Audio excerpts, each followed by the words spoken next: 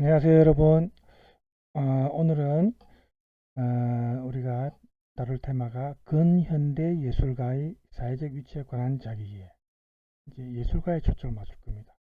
그런데 작품이 이제 우리가 그 헤르만 헤세의 데미안이라는 작품은 음, 앞서 한번 다뤘죠. 헤르만 헤세의 또 다른 그 교양 소설이자 청소년 혹은 대학생들에게 권장되는 도서 중에 하나인 수레바퀴 아레스입니다. 저도 대학교 다닐 때 읽었던 기억이 나는데, 그래서 이 데미안과 수레바퀴 아레스 두 작품, 수레바퀴 아레스에 약간 더 무게중심을 두지만, 우리가 교양소설의 이 관점이지만, 여기에서는 예술가에 좀 더 초점을 맞춥니다. 그게 조금 다릅니다. 그래서 단순한 줄거리 소개는 아니고, 이 작품 속에서 등장하는 예술가, 그리고 예술가상에 대한 그런 내용입니다. 그래서 우리가 이제 이 헤세의 전기를 보면은 항상 헤세를 우리가 그 얘기도 나와 있다시피 위기의 작가, 아우토 데 크리시에스, 위기의 작가 이렇게 보통 말을 하는데, 왜냐하면 여러분 알다시피 헤세는 세계 대전을 겪은 그런 세대입니다. 그죠? 그러니까 전쟁을 겪은 세대니까 세계 여러 나라의 젊은이들이 이렇게 위기의 시기에 전쟁을 겪었던 뭐 사회정치적인 문제이든 개인적인 문제이든 간에 자기들이 겪는 그런 위기의 어떤 시기에 항상 새롭게 찾게 되는 다시 읽어보고 싶은 그런 작가 중에 한 명이 이제 했습니다. 그래서 이 위기라는 그 독일어로 크리시스, 영어의 크라이시스죠. 이 위기라는 이제 단어가 헤세와 잘 어울린다고 생각할 수 있습니다. 헤세의 작품 속 주인공들, 그리고 이 헤세의 작품을 읽는 독자들의 인식 속에는 항상 이 위기와 관련된 그런 내용이 지배적이다 이렇게 볼 수 있고요. 아까 말한 대로 청소년기의 두 주인공의 위기의 삶을 주제로 하고 있는데, 데미안은 우리가 앞에도 다뤘었지만 세계 1차 대전 직후에 독일 젊은이들에게, 네, 또 독일뿐만 아니고 예를 들어서 베트남 전쟁 이후에 미국 젊은이들에게 베스트셀러 소설이 그 당시에 되었습니다. 그러니까 이런 전쟁의 어떤 위기를 겪은 세대한테 굉장히 공감이 갔던 작품이다 이렇게 볼 수 있고요. 어쨌든 헤세가 그 당시 살았던 독일의 근대 또 현대의 어떤 소설의 역사를 볼 때 교양 소설인 혹은 우리가 발전 소설이라고도 하는데, 이런 전통이 물론 많이 이제 지배적이었습니다만은 20세기 이후의 교양 소설을 이야기할 때 헤세의 소설을 어쨌든 항상 우리가 거론을 하게 됩니다. 우선 우리가 이제 이 텍스트에서는 수레바퀴 아레스 하고 데미안 이 두 작품을 막 어, 기반으로 한다고 볼 수 있고요. 그 다음에 이제 수레바퀴 아레스는 이제 주인공이 이제 한스 기베란트죠. 그래서 보통 교양 소설의 관점에서는 이 작품을 뭐 학생 비극 이렇게도 말을 하고, 그죠? 또 데미안에서는 이제 싱클레어 같은 경우에 어떤 대안이 되는 삶의 가능성을 보여주는 인물인가, 이런 관점이 많이 있습니다. 그래서 그런데 이제 우리가 이 두 소설에서 주목하고자 하는 것은 이제 오늘 우리가 다룰 내용은 성장담 이런 관점은 아닙니다. 그래서 이 성장담보다는 그 이면에 펼쳐지고 있는 그 당시 근현대사에서 예술가의 위치에 관한 그 예술가에 대해서 이제 성찰해 보는 게 사실은 우리가 이번에 다루게 될 텍스트의 이제 초점이라고 볼 수 있습니다. 이 두 작품에서 그 당시 근대사회, 현대사회로 이렇게 넘어가는 시기인데, 그 당시의 어떤 사회와 예술가 이렇게 놓고 볼 때 우리가 우리가 이제 보통은 이 두 작품을 아까 말했다시피 학생 소설 혹은 학교 소설 이렇게 보통 교양 소설의 관점에서 많이 봤습니다. 그죠? 그 당시 그 주인공의 죽음하고 관련해서 독일이 이제 빌헬름 제국식인데 그 당시에 독일의 학교 교육, 어떤 경직된 시스템, 또 경직된 시민사회에 대한 비판 이런 걸 우리가 많이 이제 두 작품의 핵심 문제로 이렇게 삼고 있는데 물론 죽음 또 자살에 이르는 이 주인공 한스 기베란트의 발전 과정이나 또 파멸해 가는 과정이 이 소설의 전체적인 줄거리에 해당합니다. 그게 물론 사실입니다만 그래서 이제 그 당시 사회와 교육에 대한 비판이 그 작품에서 중요한 부분이죠. 그렇지만 우리가 아까 말했다시피 오늘은 이 소설에서 지인, 특히 예술가로 이렇게 묘사되고 있는 인물 헤르만 하일러, 술바키 아레스라는 작품에 등장하는 헤르만 하일러에 초점을 주고 그래서 이 사람은 물론 죄송합니다. 완전한 주인공은 아니죠. 한스하고 비교하면 주인공의 삶에 등장하는 대표적 주변 인물 중에 한 명입니다. 그렇지만 주인공의 반대 입장에 있는 그런 어떤 역할을 하면서 이 성장 소설이라는 표면 밑에서 다른 문제를 부각시켜주는 그런 역할을 합니다. 그래서 이 인물을 통해서 이 작품에서 표현되는 주인공의 어떤 반대 인물로서 그 삶, 이것은 그냥 단순히 주인공의 문제를 부각시켜주는 것이 아니고 어떤 면에서는 주인공의 죽음에 이르는 어떤 인생담이 이 헤르만 하일러라는 캐릭터를 더욱더 돋보이게 해주는 그래서 근현대 예술가의 어떤 존재에 대해서 생각하게 해주는 그런 역할을 하고 있다. 이렇게 볼 수 있습니다. 그래서 우리가 이 헤르만 하일러라는 인물을 통해서 그 당시 근현대 시초죠. 그때부터 20세기 초에 이르기까지 서구사에서 이렇게 만들어져 온 예술가에 대한 관념 혹은 통용되고 있는 예술가에 대한 이미지 이런 걸 우리가 이 작품에서 관찰할 수 있습니다. 그래서 헤르만 헤세가 이 주인공 한스 기브란트의 성장담을 이야기하면서도 이 헤르만 하일레라는 어떻게 보면 주연은 아니고 조연급 인물이지만 이 인물을 통해서 그 당시 사회에서의 예술 시스템에 대한 어떤 얘기를 하고 있다. 이렇게 우리가 볼 수 있다는 겁니다. 자, 그래서 뭐 데미안도 마찬가지입니다. 데미안도 이제 발전 소설이라고 우리가 보통 알고 있지만 뭐 자기 해방, 자기 실현 이런 관점에서 보통 해석을 많이 하죠.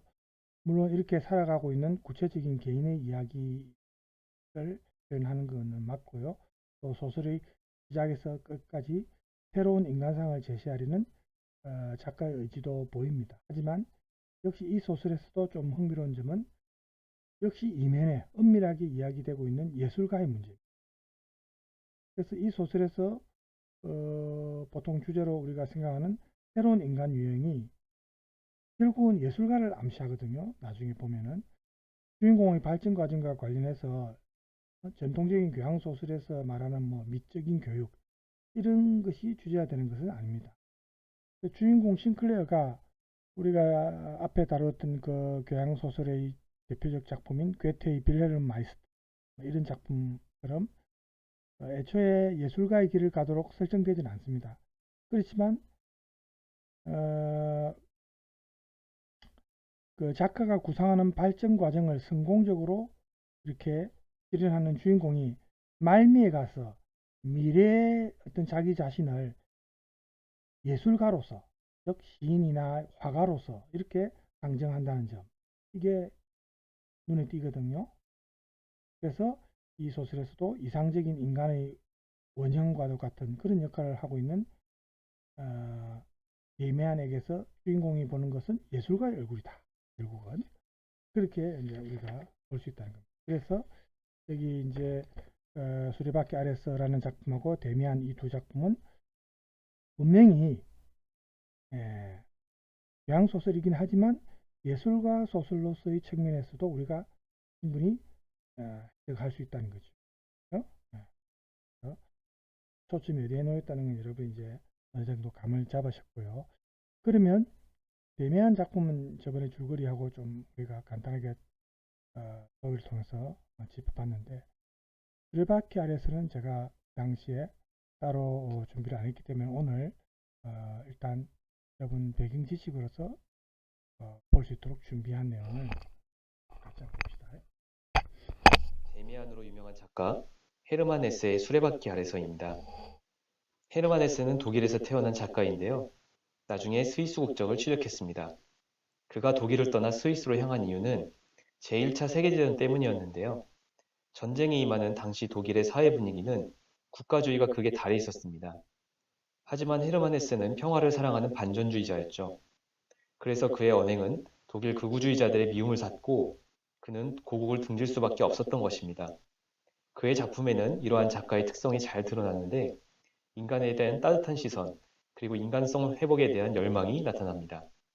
그의 사상과 작품의 작품성 덕에 그는 1946년에 노벨문학상을 수상하기도 했습니다. 바탕으로 한 자전적 소설로서 짧지만 그의 사상을 잘 엿볼 수 있는 작품입니다.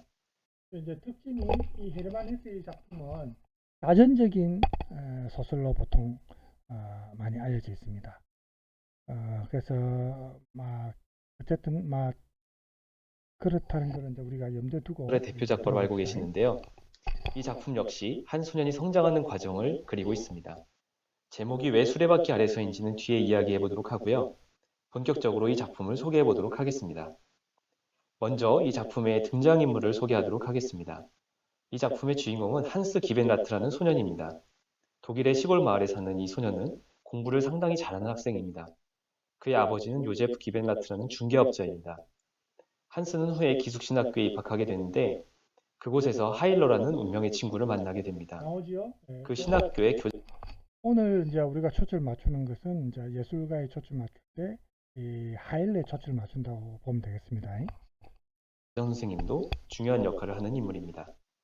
한스는 또 나중에 고향에서 엠마라는 소녀를 만나 가슴 아픈 사랑을 하게 됩니다. 그리고 같은 마을에 아우구스트라는 친구가 있는데요. 이들이 이 작품의 주요 인물들입니다. 이제 이 작품의 주요 줄거리를 소개하겠습니다. 이 소설의 주인공인 한스 기벤라트는 독일의 한 시골 마을에 사는 14, 15 정도 되는 소년입니다. 아버지 요제프는 중개업자로서 비교적 최근에 부를 쌓은 신흥계급으로서 상류층으로부터는 경멸을, 하류층으로부터는 시기와 질투를 받는 계층입니다. 한스는 공부를 꽤 잘하는 학생이었기 때문에 아버지 요제프를 비롯한 마을 사람들 모두 그에게 기대를 가지고 있습니다. 특히 아버지는 신흥계급 특유의 출신에 대한 컴플렉스가 있어서 아들의 성공을 통해 온전히 사람들에게 인정받고 싶어 하죠. 한스는 주에서 실시하는 기숙신학교 입시 시험을 치르는데요. 당시 독일에서 출세하는 지름길은 신학교에 들어가 성직자가 되는 것이었기 때문입니다. 한스는 그 시험에서 전체 2등이라는 우수한 성적으로 마침내 신학교에 입학하게 됩니다. 신학교에 입학한 한스는 성공을 위해 모범적인 생활을 하지만 그곳에서 만난 하일러라는 친구는 좀 달랐습니다. 시의 재능을 가지고 있으며 반항기가 가득한 하일러는 학교에서 정한 여러 가지 금기사항을 어기고 마침내 교사와 동료 학생들로부터 문제아로 낙인 찍히고 맙니다. 그래서 이제 이 작품 데미안에서의 그 데미안 역할이 하일러라고 보면 되겠습니다. 주인공이 이제 데미안에서는 싱클레어고 그 데미안이 이제 하일러 이 수레바퀴 아래서는 하일러가 그 역할을 한다. 처음에 하일러와 친하게 지내던 한스도 문제아로 낙인 찍힌 하일러를 멀리하는데요. 하지만 끝내 그에 대한 우정을 저버릴 수 없어 학교 내에서 여전히 붙어 다닙니다. 한스는 하일러의 삐딱한 성격 때문에 때로 상처를 받고 그에게로부터 우울함까지 전염되면서도 구속과 규율보다는 자유로움을 갈망하는 하일러에게 자기도 모르게 빠져들고 만 것입니다. 덕분에 한스의 학교 성적은 초반과 다르게 떨어져만 가고 교장 선생님과 개인 면담까지 하게 됩니다. 교장 선생님은 한스에게 공부에 전념할 것을 권고하지만 한스는 이미 공부에 큰 생각이 없었죠. 한편 하일러는 기숙사에서 탈출하는 등 거듭되는 반항 끝에 결국 퇴학을 당해 낙향하고 마는데요. 한스 역시 성적 부진과 그로 인한 스트레스로 몸과 마음이 많이 쇠약해져 학교를 그만두고 고향으로 되돌아갑니다. 고향으로 되돌아온 한스는 자신이 경멸하던 금속 수련공으로서의 평범한 삶을 살게 되는데요. 그조차도 그의 고향 친구인 아우구스트의 소개 덕분이었습니다. 그러던 와중에 어느 가을날 사과즙을 짜다가 엠마라는 소녀를 만납니다. 치명적인 매력을 가진 엠마에게 한스는 급격히 빠져들고 엠마는 자신의 매력을 이용해 한스에게 적극적으로 접근하는데요. 한스는 그녀를 깊이 사랑하게 되었지만 엠마는 어느 날 갑자기 말도 없이 떠나버립니다. 상처받은 한스는 아우구스트가 수습을 떼고 정식 직원이 되어 주최한 일요일 파티에 참석하는데요. 파티에서 만취한 한스는 강에 빠져 익사한 상태로 발견되고 맙니다. 그럼 이제 이 수레바퀴 아래서에 대한 개인적인 감상평을 공유하려고 합니다. 먼저 이 작품의 제목 수레바퀴 아래서에 대해서 생각해 보겠습니다. 이 표현은 신학교의 교장선생님이 한스와의 개인 면담 때 사용했던 표현입니다. 교장선생님은 한스에게 공부에 전념하지 않으면 수레바퀴 아래 깔려서 죽고 만다고 이야기하죠. 한마디로 수레바퀴란 끊임없이 돌아가며 나아가는 인생, 그리고 사회 시스템이라고 볼 수 있을 것 같습니다. 공부를 열심히 해서 정해진 체계에 순응하면 수레바퀴에 올라탄 것처럼 앞으로 전진할 수 있지만 그렇지 않으면 수레바퀴 아래 깔려버리는 것처럼 도태되고 만다는 의미일 것입니다. 한스는 결국 교장 선생님의 말처럼 끝내 수레바퀴 아래서 도태된 채로 죽음을 맞이한 것으로 보입니다. 그렇다면 한스의 신학교 친구였던 하일러는 어떨까요? 하일러의 경우에는 수레바퀴에서 스스로 뛰어내렸다고 볼 수 있습니다. 그럼으로써 그는 사회가 만든 수레바퀴에서 자기 스스로 만든 수레바퀴로 갈아탄 것입니다. 신학교에서 퇴학당한 후에 하일러는 어떻게 살았는지 알 수 없으나 아마도 자기가 만든 수레바퀴 위에서 세상을 내려다보며 행복하게 살았을 것 같습니다. 반면에 한스는 자기 스스로 수레바퀴에서 뛰어내린 것이 아니라 타이에 의해 끌어내려진 것으로 봐야 할 텐데요. 한스에게는 하일러와 같은 자기 주도적인 모습이 보이지 않고 친구인 하일러를 따라 반항하는 추종자의 모습만 보이기 때문입니다. 수레바퀴 아래로 떨어진 한스와 자기 자신의 수레바퀴로 갈아탄 하일러, 두 사람의 대비가 돋보인다고 하겠습니다. 여기서 지금 하일러, 우리가 지금 예술가상에 초점을 맞출 때 이 하일러가 긍정적으로 지금 이분도 그렇게 감상평을 남겼는데 그 나중에 우리가 텍스트를 보면서 조금 더 상세하게 알아보도록 하겠습니다. 또 다른 두 번째를 볼까요? 다음으로 생각해보고 싶은 점은 한스의 과거지향적 성격입니다. 작품 속에서 한스는 종종 꿈을 꾸는데 그 꿈은 주로 그가 어릴 때 겪었던 일들을 위주로 구성됩니다. 이 꿈은 한스의 과거지향적 성격을 상징하는데요.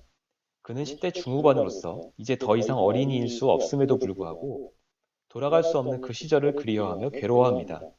몸은 커가지만 정신은 몸이 커가는 속도를 따라가지 못하는 한스는 결국 지적인 영역에서는 하일러에게 종속되고 애정의 영역에서는 엠마에게 농락당하고 마는 불행한 결과를 맞이하게 되는 것입니다. 겉모양은 청소년이었지만 정신은 어린아이나 마찬가지였던 것이죠. 몸과 정신의 성장 속도가 맞지 않아 방황하는 것은 거의 모든 사람들이 사춘기를 통해 겪는 성장통과 같은 것인데요. 대부분의 사람들이 그런 성장통을 이겨내고 성인이 될 수 있었던 이유 중 하나는 어린아이 시절을 그리워하지 않고 도리어 빨리 성인이 되고 싶어하는 갈망이 있기 때문일 것입니다. 하지만 한스는 그 성장통을 이겨내지 못하고 어른에 가까워가는 하일러와 엠마에게 큰 상처를 입고 맙니다. 결국 그의 과거지향적 성격이 그에게는 도구로 작용한 것이라고 생각할 수 있습니다. 마지막으로 이 작품에서 드러나는 젊은이들의 아픔을 생각해 보고자 합니다. 제가 이 작품을 개인적으로 높이 평가하고 꼭 여러분들에게 소개하고 싶었던 이유가 있는데요. 흔히 성장소설은 여러 가지 아픔을 겪은 주인공이 마침내 그 아픔을 이겨내고 성장해내는 과정을 그립니다. 하지만 수레바퀴 아래서는 그렇지 않죠. 주인공인 한스는 그가 겪은 아픔을 끝내 이겨내지 못하고 사고사인지 자살인지 모를 비참한 죽음이라는 결말을 맞는 것을 보여줍니다. 누구에게는 성장의 자양분이 되는 아픔이 누군가에게는 재기불능으로 만드는 씻을 수 없는 상처가 되기도 할 것입니다. 청춘은 아픈 것이 당연하고 아파야 성장한다는 이야기를 쉽게 해서는 안 되는 이유가 여기에 있습니다. 애초에 한스가 아픔을 겪지 않도록 해주었다면 도리어 그는 행복하게 살 수도 있었을 것입니다. 아픈 것이 당연하고 도움이 된다고 쉽게 얘기하는 냉정한 태도가 그들에게 무슨 도움이 될 수 있을지 생각해 보는 것이 필요할 것 같습니다. 네, 여기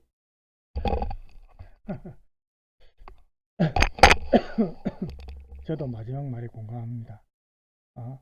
아프니까 뭐 청춘이지 이런 말 쉽게 하면 안 되지요. 왜 꼭 그 청춘이라고 해서 꼭 아픔을 겪어야 되고 그걸 뭐 이겨내고 극복하면 다행이지만 이겨내지 못하고 오히려 불행한 어떤 종말을 맞이한다든지 좋지 않은 결과로 이어지는 경우도 많거든요. 이걸 뭐 당연히 통과 의례처럼 쉽게 얘기하는 것은 사실은 우리가 생각해 볼 문제다라는 생각이 들었습니다. 자, 그리고 다시 텍스트로 잠깐 돌아가서 텍스트 조금 봅시다. 우리가 이제 여러분 수레바퀴 RSA 그 글을 여러분이 어느 정도 이제 숙지를 했으니까요. 그러면 우리가 우선 이제 그 당시 시대적 배경을 고려할 때 그 당시 시민사회, 이 시민사회라는 것이 역시 관습과 이런 법령이 지배하는 그런 시기였다는 걸 우리가 고려를 해야 됩니다. 작가 헤세가 이 20세기 초에 시민의 정체성에 대해서 어떤 생각을 가지고 있었을까? 이 작품을 통해서 우리가 한번 살펴보자는 거죠. 우선 수레바퀴 아래에서 나오는 이 화자가 소설이 시작할 때 주인공 한스의 아버지 요제프 기베란트의 어떤 캐릭터를 묘사를 해줍니다. 이 사람이 이야기 시작에서 끝에 이르기까지 시민사회를 구성하는 평균적인 사람, 평균적인 인물로서 그 당시에 어떻게 보면 전형적인 시민으로 나오거든요. 그렇지만 이 평균적인 시민의 모습이 이 자신과는 반대되는 아들 한스를 통해서 우리가 더 뚜렷하게 이제 인식을 할 수 있는데, 그 뛰어난 재능을 소유한 그 한스하고 또 이 한스를 결국 자살하게 만드는 한스를 죽인 거나 마찬가지라고 우리가 볼 수도 있는 그 당시의 사회가 이 서로의 정체성을 위해서 어떻게 보면은 결국은 대립적인 관계라는 겁니다. 예. 왜냐하면 여기 전형적인 시민의 아버지, 한스의 아버지 기베란트라는 인물의 성격을 우리가 살펴보면 알 수 있는데 우선 주인공 한스에 대한 묘사부터 볼까요? 작품 속에서 나오는 묘사 부분을 보면은 한스 기베란트는 의심의 여지 없이 재능 있는 아이였다. 그가 얼마나 고상하고 남다른지는 다른 아이들 사이에서 돌아다니는 그의 모습을 보기만 해도 충분했다. 슈바르츠발트의 이 작은 마을에서는 지명이지만 원래 독일어로 슈바르츠 하면 검은, 발트 하면 숲이거든요. 이게 검은 숲, 즉 흑림이라 해가지고 고유명사로 슈바르츠발트라는 곳이 있습니다. 여러분 알다시피 그 나무가 굉장히 빽빽하고 또 키도 크고 해서 여름에도 슈바르츠발트에 들어가면 시원하죠. 그늘이 져서 곳이 있는데 이 슈바르츠발트의 작은 마을에서는 이제껏 이러한 인물이 나온 적이 없었다. 말하자면 지난 8, 9세기에 걸쳐 그토록 많은 건실한 시민들이 나왔지만 정말이지 아직 한 번도 인재나 혹은 천재를 배출해내지 못한 이 오래된 작은 마을에 하늘로부터 신비로운 불꽃이 내려온 것과 마찬가지다. 그만큼 한스가 좀 특출한 아이였다 이런 묘사가 나옵니다. 이 소설이 시작될 때 본격적으로 진행되기도 전에 이 주인공을 이렇게 캐릭터가 묘사돼요. 특별하고 남다르다는 그런 내용이죠. 그래서 이 한스의 재능은 학업에서도 지적으로 드러나지만은 무엇보다도 다른 아이들과 함께 있을 때도 구별되는 그런 점이 있습니다. 다른 아이들과 구별해 주는 게 이제 여기 작품에서 뭐 표현된 부분을 보면 진지한 눈과 영리해 보이는 이마, 걸음걸이의 고상함 뭐 이런 표현도 있고요. 그런데 이게 부모님에게서 물려받은 것은 아니라는 걸 강조합니다. 이게 신만이 알 수 있는 부모님한테서는 전혀 물려받은 게 아니기 때문에 어쨌든 아버지에게서 유래하지 않은 것은 분명하다. 이렇게 이제 내용이 나오는데 인용문의 마지막 문장에서 화자는 이 건실한 시민과 그다음에 이 천재 한스죠. 한스를 비교합니다. 이렇게 대립시키면서 주인공을 어느 쪽에 귀속시킬지 암시합니다. 즉 천재 쪽에 가깝죠. 한스는.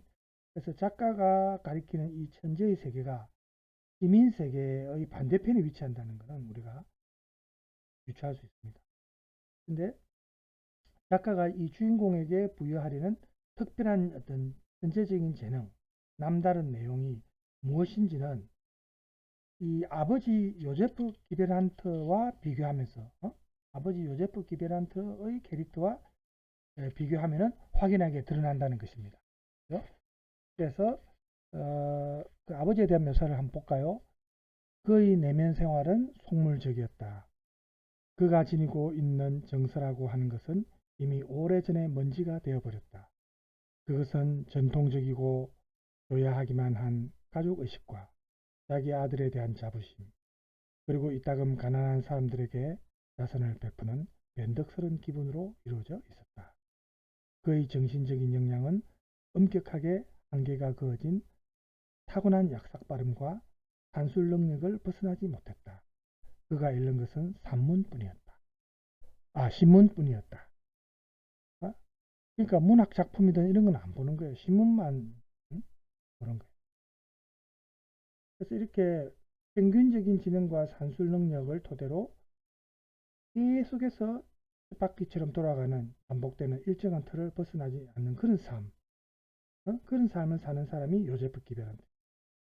잘 통제되고 길들여진 이 시민사회의 전형적인 인물이다. 그래서 이 사람의 삶은 관습과 범용이 지배하는 그런 삶이다. 이렇게 우리가 볼 수 있다는 거죠. 이 사람의 삶은 어떻게 보면 속물의 삶이라고도 할 수 있고, 또 어떻게 보면 소시민의 세계에만 제한되는 게 아니고 일반 시민의 세계까지도 우리가 확장해서 해석할 수 있는데, 다음에 인용문을 보면은 더욱 분명해집니다. 이제 한스의 아버지 요제프 개인의 문제가 아니라 사회 구성원 전체의 속성을 나타내는 내용이 나오거든요. 한번 같이 보도록 합니다. 그가 이웃의 어느 누구와 임의로 이름이나 집을 바꾼다 하더라도 무엇 하나 달라지지는 않을 것이다. 그의 가장 깊은 영혼 안에 있는 것, 즉 모든 우월한 힘과 인물에 대한 끊임없는 불신감, 그리고 일상적이지 않고 보다 자유로운, 고상하며 정신적인 모든 것에 대한 본능적인 질투심에서 나온 적대감을 그는 도시의 다른 모든 가장들과 함께 공유하고 있습니다. 이게 전형적인 그 당시 가부장제 사회에서의 아버지상, 한스의 아버지 요제프. 그렇죠?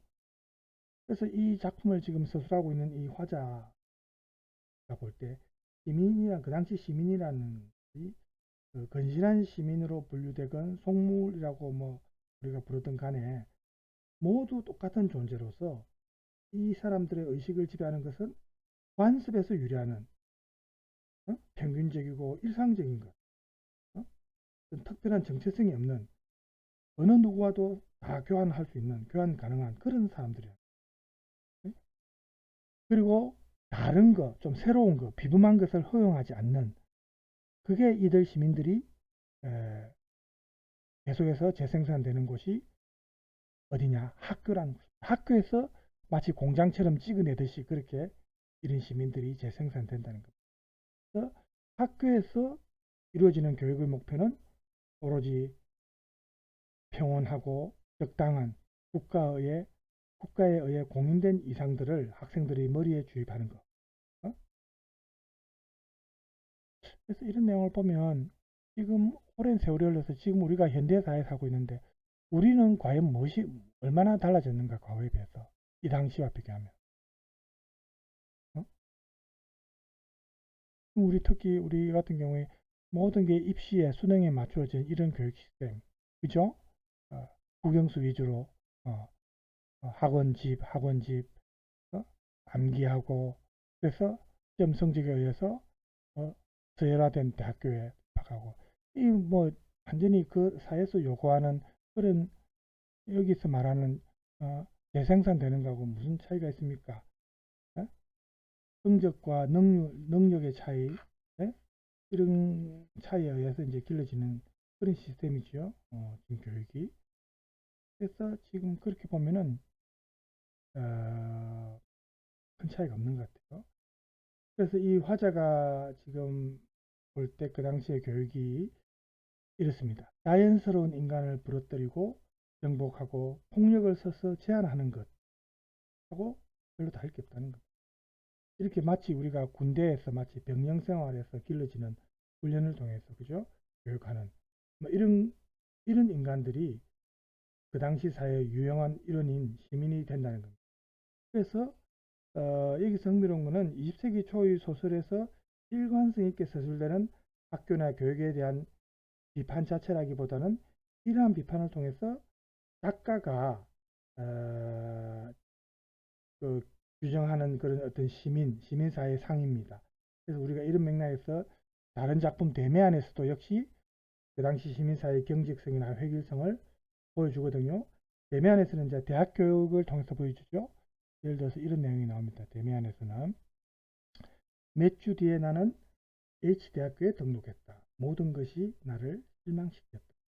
내가 들은 철학사 강의는 공부하는 젊은이들이 하는 짓거리와 똑같이 공허하고 공장에서 생산되는 식이었다. 모든 것이 찍어낸 듯 전편일률적이었다. 사람들은 모두 하는 게 같았다. 소년들 같은 얼굴에 어린 달아오른 즐거움은 우울할 정도로 텅 비고 기성품처럼 보였다.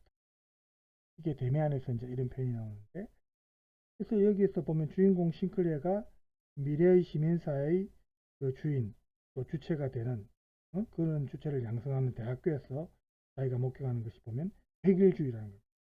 대학생들이 모두 왠지 생기가 없고 좀 획일적인 그런 생활을 하고 있더라. 그래서 싱클레어가 하는 그 당시에 어떤 유행하는 대학 문화에 대해서 비판하는 그 내용의 초점은 학생들의 대학 생활을 어떤 지배하는 동아리, 동아리의 이제 표현에서도 많이 나옵니다. 그래서 싱클레어는 그 학생들이 함께 모여 결성하는 공동체를 이제 동아리죠. 아무런 의식 없는 집단으로 보고 이들이 형성하는 집단 문화를 비판적으로 진단합니다. 그리고 개인의 죽음을 확신합니다. 그러니까 뭐 지금 우리가 서구 사회 뭐 영화 속에서도 이제 그런 걸 목도하는데 어느 대학교에 가면은 그 대학 동아리에 가면 무슨 입회 의식 해가지고 뭐 전통이랍시고 해가 또 하는 그런 거 있죠. 어떻게 보면 집단 문화, 떼거리 문화, 떼거리라고 또 하잖아요. 여기도 나오죠. 싱클레어와 데미안이 대학교에서 관찰하는 개인의 죽음은 물론이고 대학교라는 예비사회만 국한되는 현상이 아니다. 그것은 연합과 뭐 떼거리라고 제가 아까 얘기했지만 어떤 집단의 형성, 이것만이 지배하는 그 당시 사회 전반에 걸쳐서 일어나고 있는 그런 현상이었다. 그러니까 개인적인 정체성이 없는 어느 누구와도 교환할 수 있는 그런 교환 가능한 인간들. 관습이 지배하는 그런 떼거리 문화, 집단으로 이루어진 사회가 이 두 작품, 그러니까 수레바퀴 아래서의 한스, 그리고 이제 헤르만 하일러, 그 다음에 데미안에서는 싱클레어와 데미안, 이렇게 서로 대립되는 두 인물이 형상화하고 있죠. 그래서 이런 배경을 바탕으로 헤세는 이 한스 기베란트와 헤르만 하일러라는 어떻게 보면 서로 뚜렷하게 대조되는 그런 캐릭터, 이런 거를 이제 구상하면서 예술가의 어떤 이미지, 예술가상을 확실하게 보여주는 겁니다. 대비를 통해서. 그래서 이 예술가의 위치에 대해서 이제 우리가 볼 텐데요. 잠깐만 시간을 우리가 한 번씩 체크하면서 35분이네요. 50분을 넘으면 보통 이제 좀 뭡니까? 업로드할 때도 그렇고 여러분도 집중력이 떨어지니까 시간을 항상 체크를 해야 됩니다. 자, 먼저 수레바퀴 아래서인데 아까 작품 내용을 잠깐 읽을 봤지만 한 번 더 점검해 볼까요? 다른 영상을 통해서 방황하며 끊임없이 내면을 탐구한 작가. 헤르만 헤세의 고향인 독일의 국화이자 섬세한 꽃잎과 아름다운 빛깔이 매력적인 수레국화 키우는 법과 숨막히는 기독교적 경건주의 가정에서 태어나 자신의 이상보다 남의 기대에 맞춰 거대한 수레바퀴에 깔린 듯 신음하며 살던 청소년기를 회상하며 운명의 수레바퀴에 깔리지 않기 위한 몸부림을 핍진하게 담아내 100년이 훌쩍 지난 지금까지 무한 경쟁 사회의 외톨이로 전락한 현대인들에게 공감과 위로를 주는 헤세의 자전적인 성장소설 수레바퀴 아래서를 소개해드릴게요. 누구나 바라는 행복이란 꽃말을 가진 수레국화는 꽃을 가득 실은 둥근 꽃차례가 수레바퀴를 절로 연상시키는데요.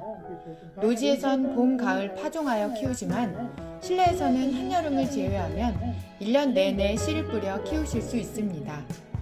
발화 온도는 15에서 20도로 발화율도 좋고 쑥쑥 자랍니다. 물은 주 2회 햇빛과 바람이 좋은 때 물들입니다.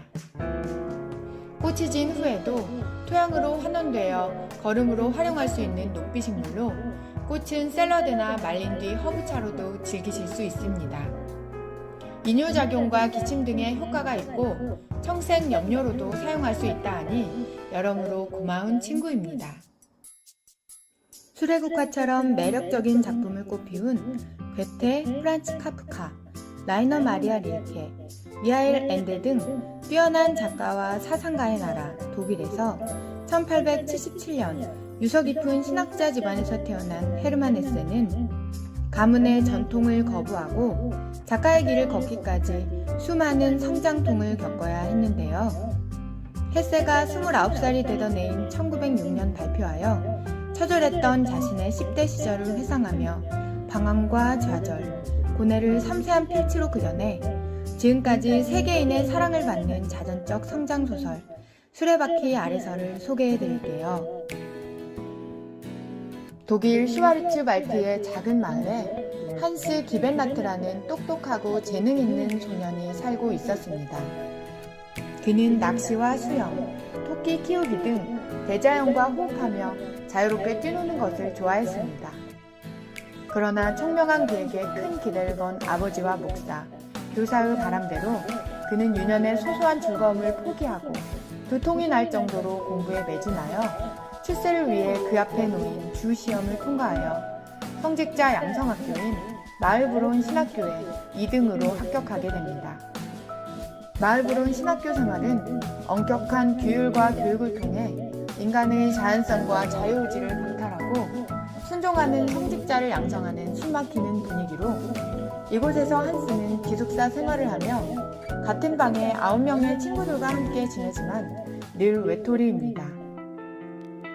처음에는 아버지와 규격화된 제도 교육이 심어놓은 입신양명의 꿈을 실현하기 위해 열심히 공부하며 모범적인 생활을 하지만 반항적인 시인기질을 가진 같은 방 친구 헤르만 하일러와 가까워지면서 점차 모험생의 궤도에서 벗어나게 됩니다. 하일러는 공상이 많고 시를 즐기는 감수성이 풍부한 소년으로 외적으로는 순종적이고 모범적인 한스와 어울리지 않는 듯 했으나 내적으로는 그동안 억압된 한스의 고독하고 섬세한 감수성을 자극하면서 톡톡 튀는 천재적인 영감으로 충만한 하일러에게 한스는 점점 빠져들게 됩니다. 하일러는 선생님들의 권위에 적극적으로 도전하며 반항하다 결국 기숙사를 탈주해 퇴학당하고 학교에 전설이 됩니다. 우정을 소중히 여긴 한스는 학교에서 더욱 고립되고 성적마저 바닥으로 떨어져 교장을 비롯한 교사들의 무시와 비난에 신경 쇠약까지 앓게 되어 피폐한 모습으로 고향으로 돌아옵니다. 한스는 피로와 악몽, 두통에 시달리며 자살을 생각하기도 하고 다시는 돌아갈 수 없는 유년을 그리워하며 방황하다 치명적인 매력을 가진 에마라는 여성을 만나 심장이 요동치는 경험을 합니다. 그러나 그녀는 잠깐 그를 희롱한 채 말없이 떠나버립니다. 한스는 괴로움 속에서도 친구 아우구스트의 도움으로 기계공장에 취직해 견습공이 되지만 사흘 후 친구가 첫 주급을 받고 한턱 쏘겠다며 데려간 기계공 파티에서 술에 취해 혼자 집에 돌아오다가 강물에 휩쓸려 다음날 물속에서 차가운 시신으로 발견됩니다. 결국 한스는 선택인지 우연인지 사고인지 모를 허무한 죽음으로 끝내 꽃을 피우지 못하고 지고 맙니다. 헤세의 영혼의 자서전과도 같은 이 책은 실제 헤세의 삶과도 밀접합니다. 모범생의 반듯한 수제였던 헤세가 집안의 관심과 사랑 안에서 작품의 가장 중심축이 되는 마을브론 신학교에 입학하여 부모의 기대를 저버리지 않고 가문의 기대주가 되는 것까지는 순탄한 듯 보입니다. 그러나 개인의 기호나 재능, 천부적 소질을 폄하하는 분위기 속에서 나래를 펴지 못하고 억눌려 있던 헤세의 시적 재능이 기숙학교의 엄격한 규율과 개성에 대한 몰이해에 부딪혀 큰 충격을 받자 더욱 강렬한 기세로 타오르며 오히려 예상과는 전혀 다른 삶을 꿈꾸는 밑불을 지펴줍니다. 이 과정은 마을브론 신학교 입학 이전의 헤세의 모습과 꼭 닮은 한스가 또 다른 헤세의 모습을 지닌 하일러를 만나 점점 그에게 끌려가는 과정 속에 잘 드러나는데요. 엄격한 규율과 도식적인 교육에 대한 저항의 표시로 도주를 시도하고 자신의 삶을 찾아 떠난 하일러의 모습은 신학교 재학 7개월 만에 학교와 신학과 전통과 권위라는 거대한 힘에 대한 고발자나 비판자 역을 자처하며 학교를 자퇴한 헤세의 모습과 일치합니다. 10대 시절의 모범생 헤세는 죽고 신학교 담장을 벗어나 하일러처럼 문학을 사랑하고 시를 쓰는 사람으로 거듭난 자신의 삶을 한스의 죽음에 빗대어 표현한 것이 아닐까 해석되기도 합니다. 결국 한스의 죽음은 아픈 시간을 겪으며 자신의 색깔로 살기 시작한 헤세가 거대한 운명의 수레바퀴에 굴림당하는 삶을 거부하고 스스로의 운명을 개척하기 위해 수레바퀴에서 뛰어내리면서 겪게 된 상처를 치유하기 위한 몸부림이 아니었을까요? 실제로 지금껏 겹치던 한스와 헤세의 모습은 이 부분에서 완전히 궤를 달리해 한스는 죽음으로 짧은 생을 마감하는 반면 하일러처럼 탈주에 성공한 헤세는 85세까지 장수하며 훗날 노벨문학상을 수상하는 대문호가 되어 인류의 정신적 스승으로 존경받습니다. 오늘도 무거운 인생의 수레바퀴에 짓눌려 자유를 찾아 여행을 떠나길 갈망하는 또 하나의 한스이자 하일러인 당신에게 세상이 요구하는 성공의 잣대, 권위와 물질의 수레바퀴에서 굴림당하는 삶이 아니라 나만의 행복을 찾아 내 인생의 수레를 주체적으로 굴리는 삶을 살아가시기를 바랍니다.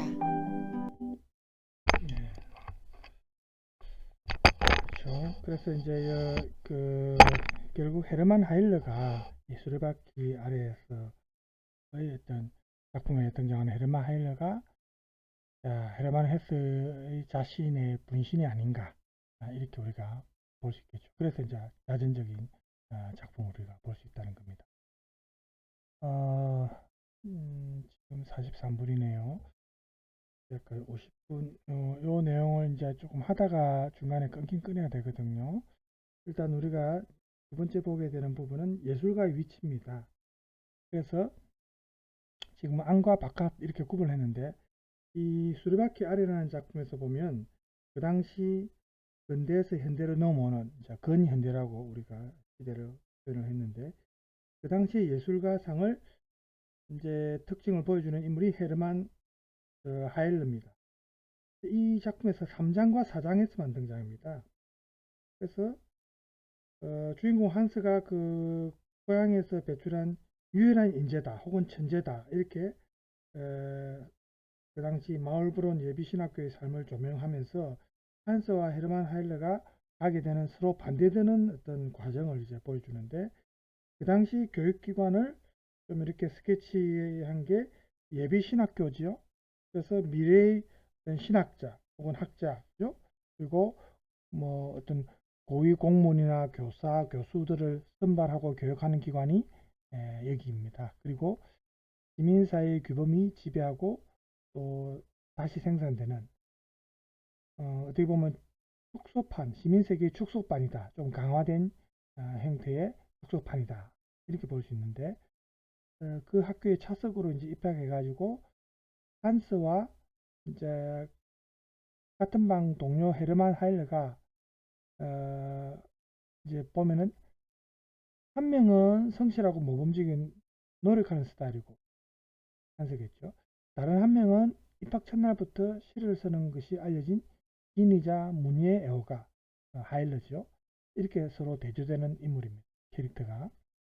그래서 이제 이 작품에서 이제 이야기를 진행하는 화자가 이 두 인물을 학교라는 체제의 연계와 이제 연관해서 처음부터 상반된 인물로 이렇게 설정을 하는데 한스가 그 학교에서 통용되는 규범을 지키면서 학교가 만들어 놓은 경계 안에 딱 이렇게 안주하는 모범생이라고 본다면은 반대로 하일러는 처음부터 여기 나왔다시피 눈에 띄는 인물, 그러니까 경계를 무시하는, 경계를 초월하는 좀 독자적인 인물입니다.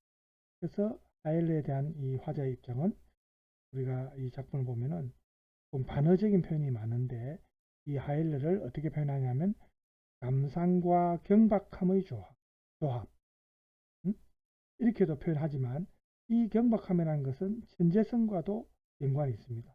그래서 그 당시 시스템의 경계를 넘는 그런 동력이 된다. 그래서 입학식이 끝난 이후에 하일러에 대한 묘사를 보면은 이 화자가 이렇게 묘사합니다. 여기 나오죠.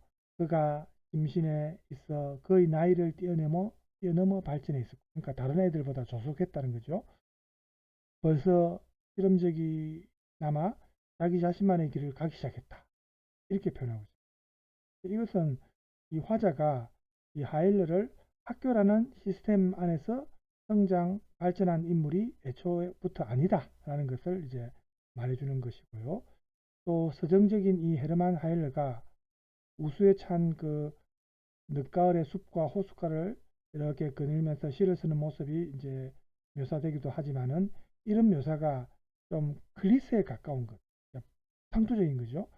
이런 거는 좀 사실은 부차적이고 더 우리가 주목할 부분은 시민사회를 재현하는 이 학교라는 세계와 또 이 반대되는 적대적이고 배타적인 관계 설정, 이 하일러와는 이런 학교 세계하고는 완전히 적대적이고 반대되는 이제 관계다라는 거죠. 그래서 하일러가 이 구계자로서 아웃사이더로서 학교에서 제공하는 모든 교과 과정에 대해서 입학한 그 첫날부터 개학당하는 그날까지 계속해서 그 학교 시스템에 대해서 비판을 가하고 또 조롱하고 또 자기는 거리를 두고, 그렇다고 뭐 완전히 불량 학생 뭐 성적이 나쁘고 이런 것도 아니었습니다. 성적도 괜찮았습니다. 그래서 이제 교사들이 던지는 질문에 대해서 답변도 잘 하고 이래 합니다. 하지만 이러한 지식이란 것을 하일러는 경멸을 했죠. 왜냐하면은 자기가 생각하는 그런 살아있는 지식이 아니고 기성인들이 만들어 놓은 그 시스템에 적응하도록 강요하는 지식이라고 본 거거든요. 그래서 화자가 이 이제 주인공인 모범생 한스의 눈에 비친 이 하일러를 여기 표현대로 하면 특이한 사람, 아니 존 드 바르멘슈 이렇게 이제 이름 부르면서 이 한 하일러의 보통 학생들과는 좀 다른 어떤 특별함을, 또 이 하일러가 존재하는 바깥, 그러니까 한스가 학교 시스템 안에 존재한다면은 하일러는 바깥이라는 거죠. 바깥이라는 위치를 이제 각인시키. 그리고 한스와 하일러를 비교하면서 이 두 사람이 어떻게 다른가를 이렇게 다음과 같이 표현합니다. 여기 작품 속 내용을 한번 볼까요? 한스는 오후 내내 하일러에 관해 숙고해보지 않을 수 없었다. 그는 도대체 어떤 종류의 인간이란 말인가?